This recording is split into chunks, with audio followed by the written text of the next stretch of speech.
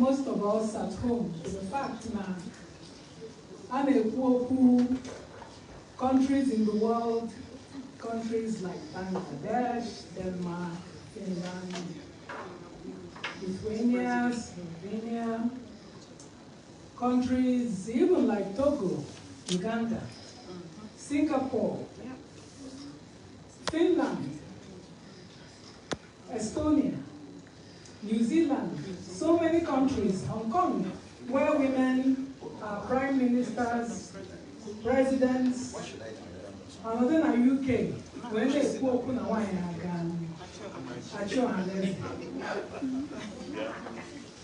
This is part of why we're here today. It's very important that this organization, critical organization for Igbo, we at home need to look up to Ohanaeze, to the UK, to Northern Ireland, as a beacon of hope, because there's a complete failure of leadership in Igbo. I think Ewuta may not be pleasant to many of you here, but it is the reality. We must face it. And the fact that the Igbo nation faces today an existential threat. You might be insulated from it because you're here, but think for 1 second of those who have come before. Think of the fate of your children, who, whether we like it or not, are born in the UK. There's a generational disconnect, as Chief Mokoro has indicated. They will live here.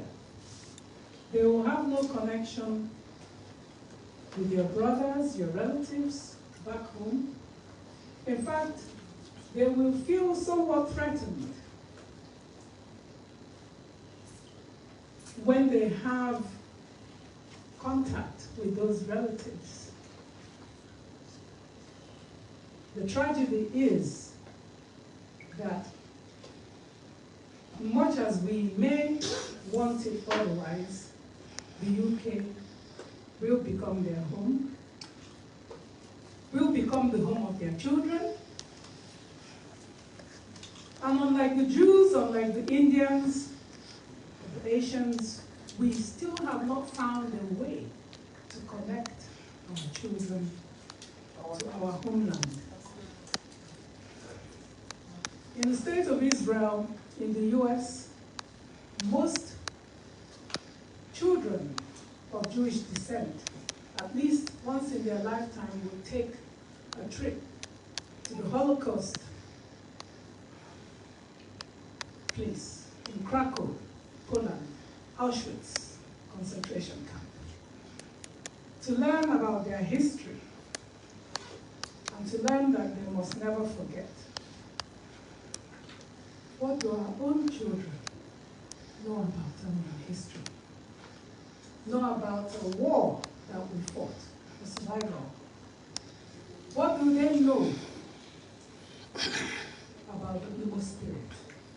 About how far we have come? About the fact that the Igbo man is like the phoenix, rising from the ashes. The Igbo enterprise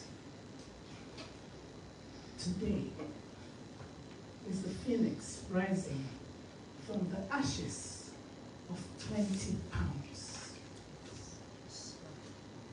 That's all we have. That's all we have. But look at Igbo land today. It is a testament of the resilience of the Igbo man. We are special people, and we have no apologies to make about it. But the problem of the Igbo man, the very problem, what keeps us behind, lies in us. When we think of our children, many of you here, we will make excuses about having to conform. But other races make no excuses about raising their children in the culture they know. Your friend will come to your home and your child will say, "Oh, Andrew, it's Andrew, isn't it? How are you, Andrew? Welcome to our house." No uncle, no sir. Somebody told me when I went to Ireland that she had to hatch an elaborate ploy to bring her child back home to Nigeria to go to marry his brothers. Why? She was in her kitchen, asked her son, "Could you get this spice from the kitchen cupboard?" The boy was watching TV and the boy said to her, "Oh, Mom, you're such a bother." When she insisted, he got up, got the spice, and said to her, "Oh, very well. Soon, Jane and I will be living here and we won't have to go through this." Jane and I, his girlfriend. And she said, "Why?" He said, "Because by then you'll be in the old people's home."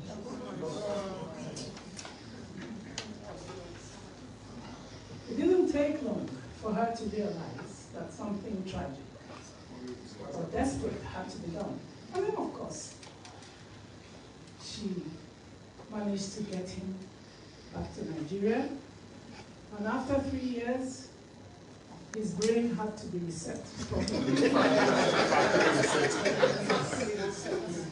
You know, at married brothers, they don't take nonsense. But you know, this might be a bit extreme, but think for 1 second of the fact that what we're seeing today has come before. Think of the Windrush generation. Think of those people that were brought in after the war and came into the UK in 1948. That period between 1948 to 1971, the British needed workers. There was a labor shortage. So the Windrush, the people from Jamaica, the West Indies, came in on the ship called the Windrush. Who would believe that in 2018, that same generation were forced to fight for their citizenship rights? Who would believe that as far back as 2010, the landing cards of those people were destroyed? They were denied access to the NHS. They had to prove they were British citizens, denied access to so many vital services because they were not categorized in quote British.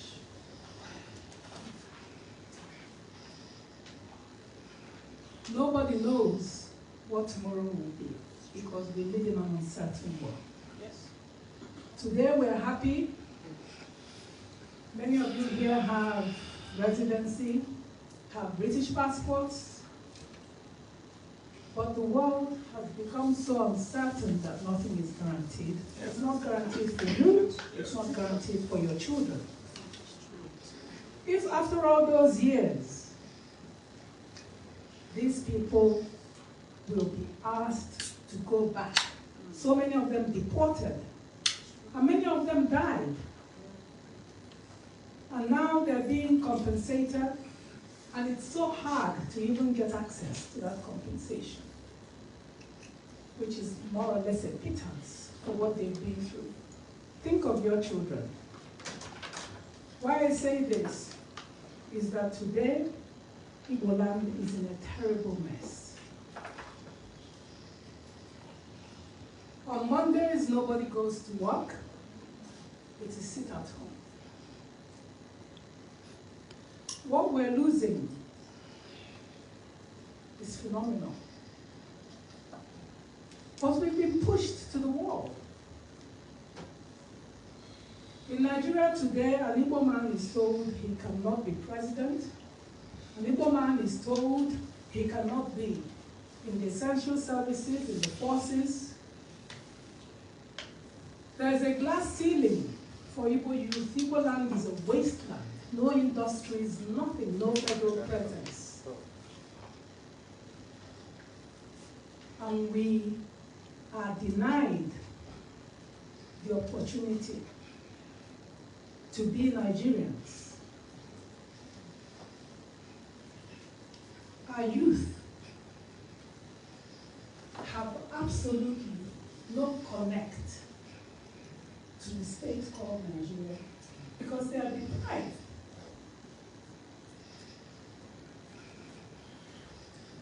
What we hope to achieve as Igbo people, and what we hope that the Ohanaeze UK can help us achieve,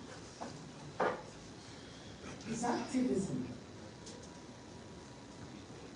Because a lot is being attributed to IPOB, which is in fact not correct.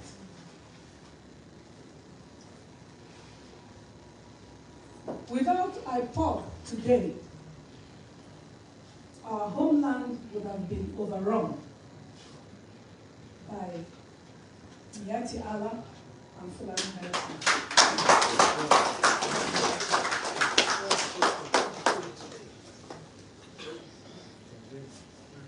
It is said that a nation that forgets its defenders will itself be forgotten. I say this because you may hear a lot of adverse stories about what is happening at home. When you get to the east, there's a lot of carnage carried out by unknown gunmen. These unknown gunmen are not in fact IPOB, but because we don't control the narrative, we let others tell us what is happening in our land. These are select criminal gangs that have decided, sometimes sponsored by politicians, sponsored by external forces, to bring carnage to an Igbo.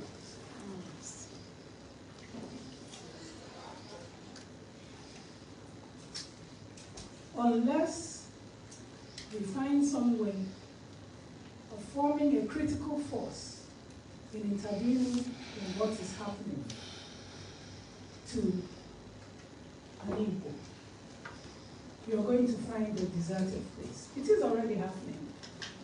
A lot of people now are having wine carrings in Abuja, in Lagos. If you want to have a funeral and you're within the Ihiala, Newi South axis, you need to go and get a tally. And this tally is from these unknown gunmen to allow your guests to come and leave. If you don't do it, and your guests come, when they're going back, you really cannot account for what is or what will happen to your guests. Today, Mondays, children don't go to school. And what are our leaders doing? Nothing. They refuse to engage because each person is thinking of how to become president or what they will do when they leave office. So they just let things slide. And when things slide, it affects everybody. It affects you. Because if you come back to your villages, there's no guarantee that you won't be kidnapped. If you bring your children home, there's no guarantee that they won't be kidnapped. My son has been in Nigeria for almost a year. When I ask him, why don't you ride with me in my vehicle? He prefers to go by keke napep. He tells me it's much easier because nobody knows who he is, and he gets everywhere.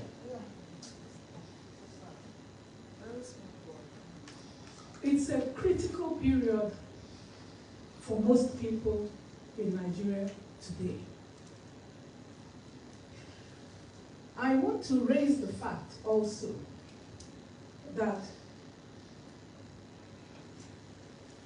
this thing called the beriberiism is a very serious condition. I am in a committee, a presidential transitional committee, that deals with many issues like the economy, like security, and the transition to 2023. I was very shocked, not just about the precarious security situation in the country today, but the fact that Igbo people are everywhere and settle very well in so many other places, but spend precious time dealing with those things that are not important. I was shocked to learn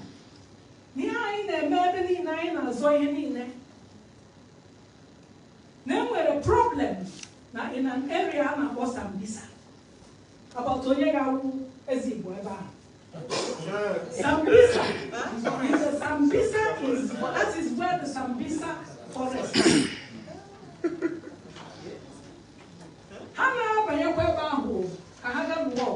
With the terrorists, they are fighting for who will be Ezigbo in Sambisa.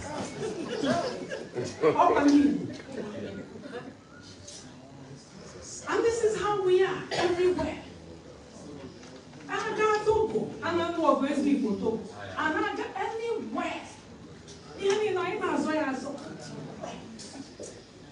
If you take this microphone, happy ever.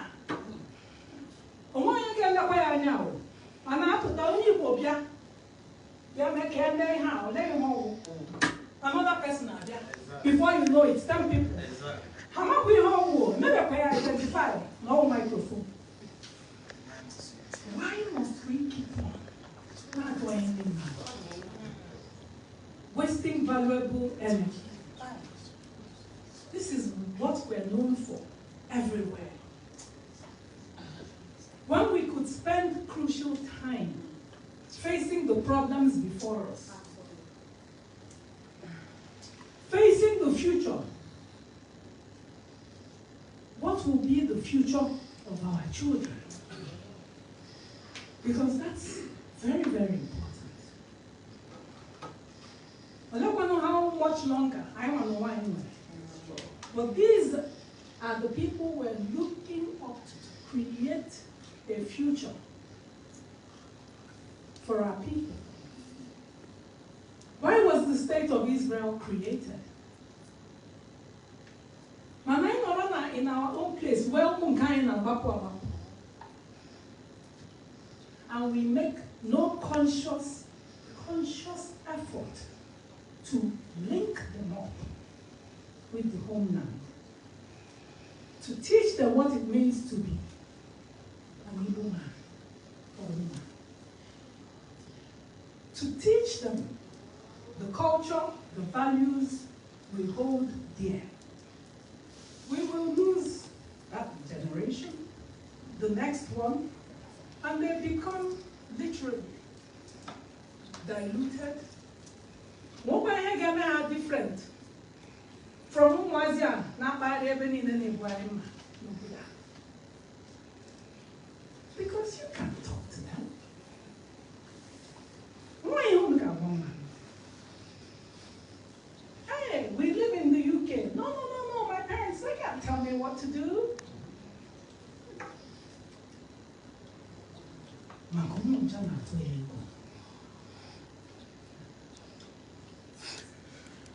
Police couldn't at Webo. Open a get your elbow. But somehow, psychologically, they have made you think that they know more than you. They have made you believe that where you're coming from is ancient, is old-fashioned. And what could you possibly have to tell them that is more advanced than what they know? And that's where the problem lies. If you let them get away with it, you lose them. If you refuse to keep on consciously telling them no,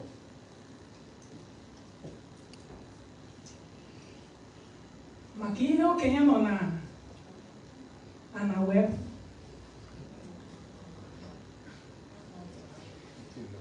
ha nwa na onwe ha rigoro n'elu osisi ha ga-afe.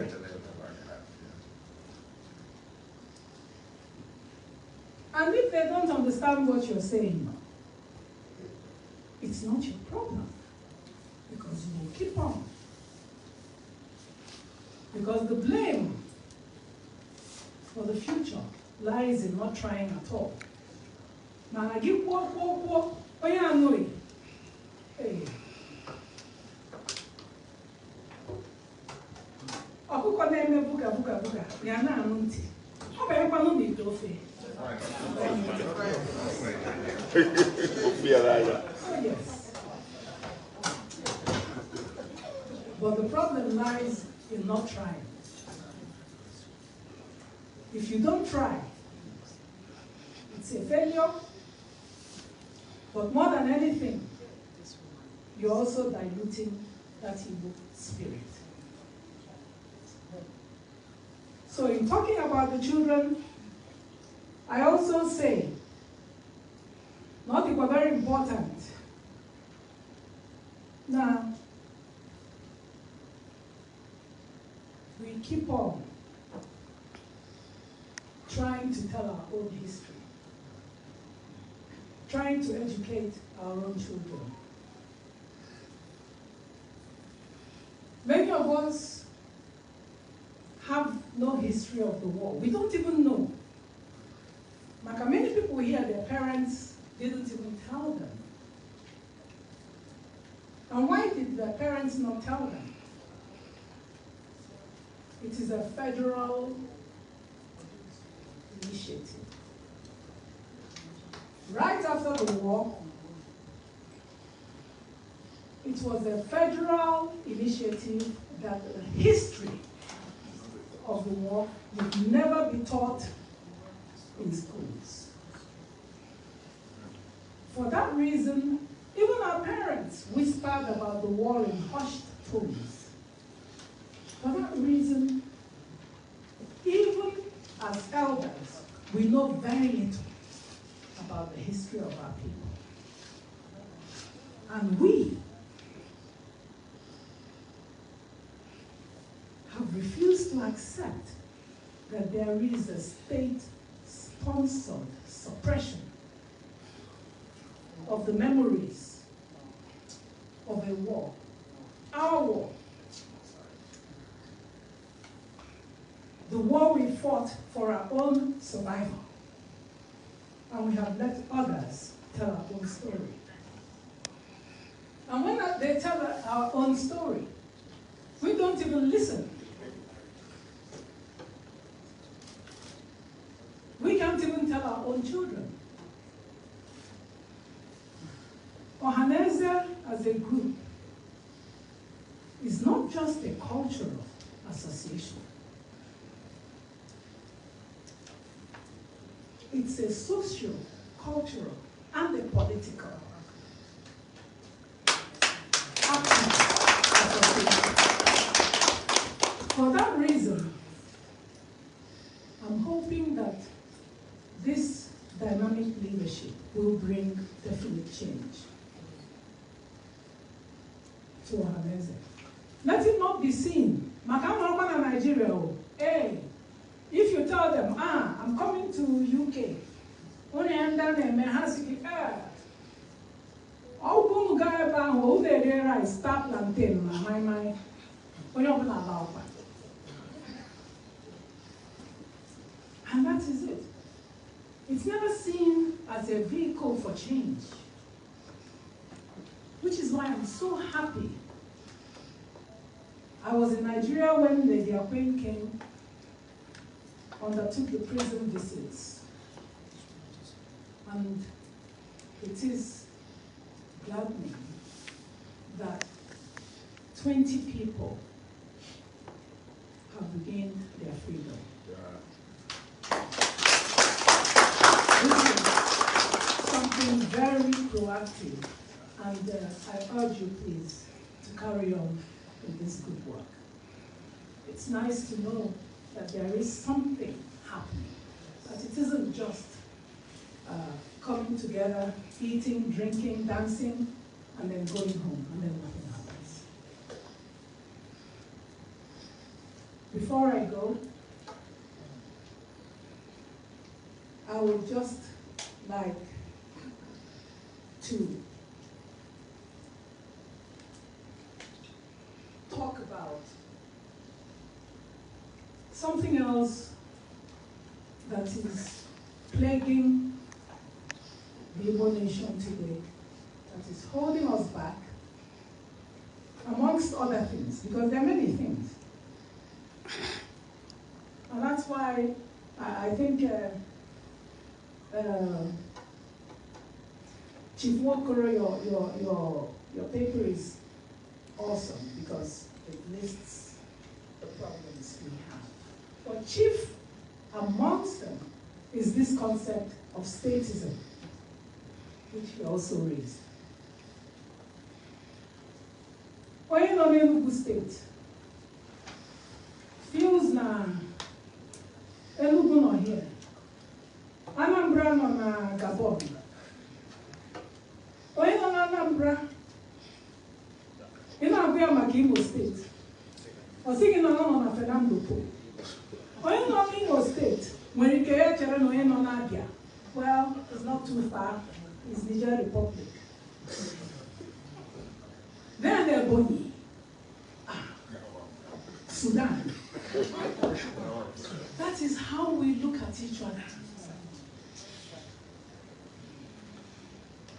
But when you're not in the UK, when you get happy, go France, get a job. When you get where do you come from? When you get you've come to take our quota. Even our own brothers in Igbo can happen. They are here. They are MPs. Will we give that opportunity to our own state time?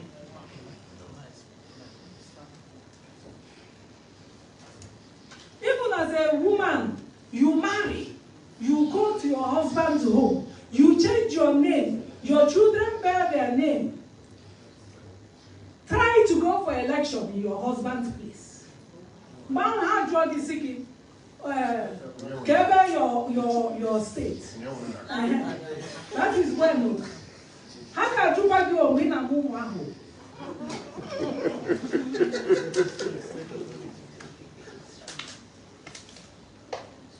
Leave from Anambra, go to a body, or go to Imo, or leave from Imo and come to Anambra to come and ask for a job.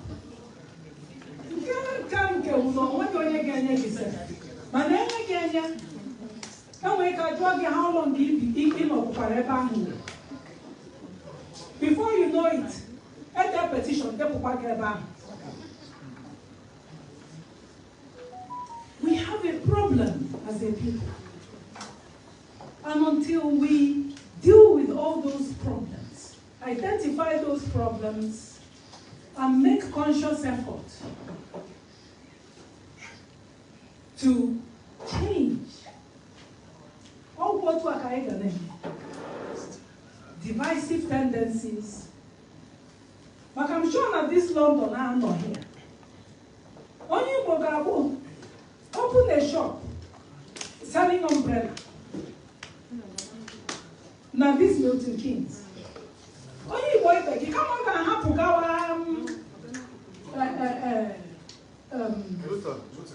thank you. You have to buy him with a shop, okay? Pay more. Get the shop next to it. Umbrella. That is what we do. We have to make a conscious effort to help each other to thrive, to unite. Being in the UK, to become like a safety net for each other.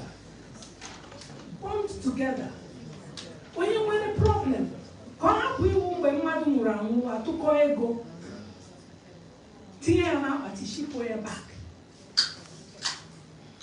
help each other. When you see that your brother or your sister needs help, don't wait till you die, and then you help their cause. Come together and don't judge each other.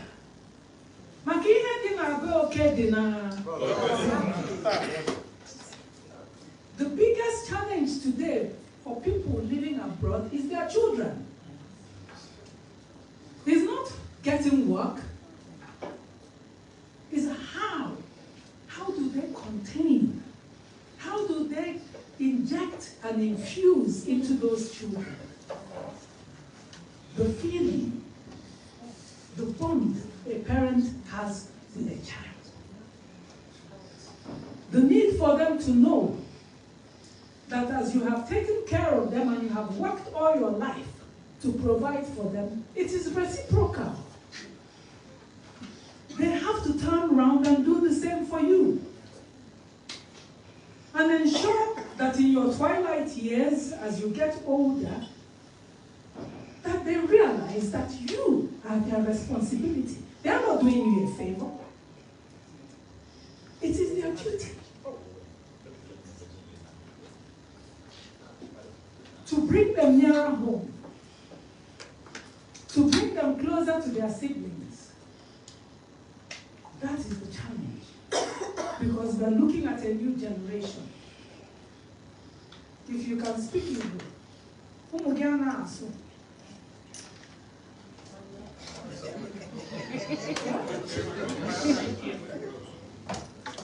I have forgotten the Biara before.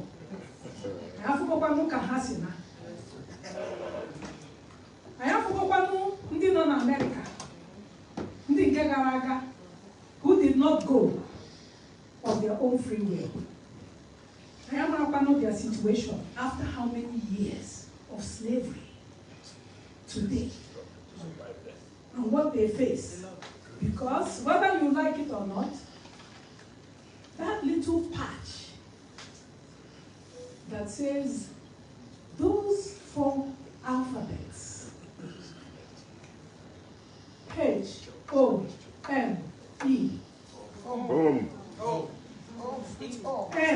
M-I-N-E. What we hear carry out?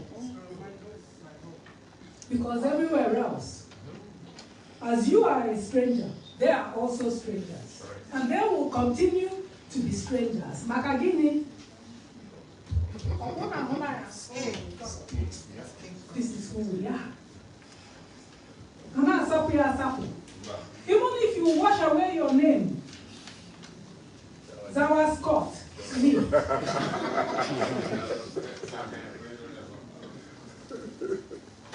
Into her phone now, where they are interview. Must you correct maybe also hammer on you. And first and foremost, you're black before you're anything else. Yes. So, Biko, I'm asking that we try harder because the executives are here. You will have other opportunities to interact with the greater majority of our people in the UK. And I hope that you're also able to pass some of these messages along. On that note, I thank you. Thank you very much for this opportunity. And I wish the new executives all the best of luck. Thank you. Wow. Wow. Thank you. Ladies and gentlemen, a huge round of applause. Yeah. Oh my God, please just sit down for 1 minute. Someone will want to decorate this your speech. Sit down, ladies and gentlemen. Did you see this coming? No. Yeah. Did you see this coming, ladies?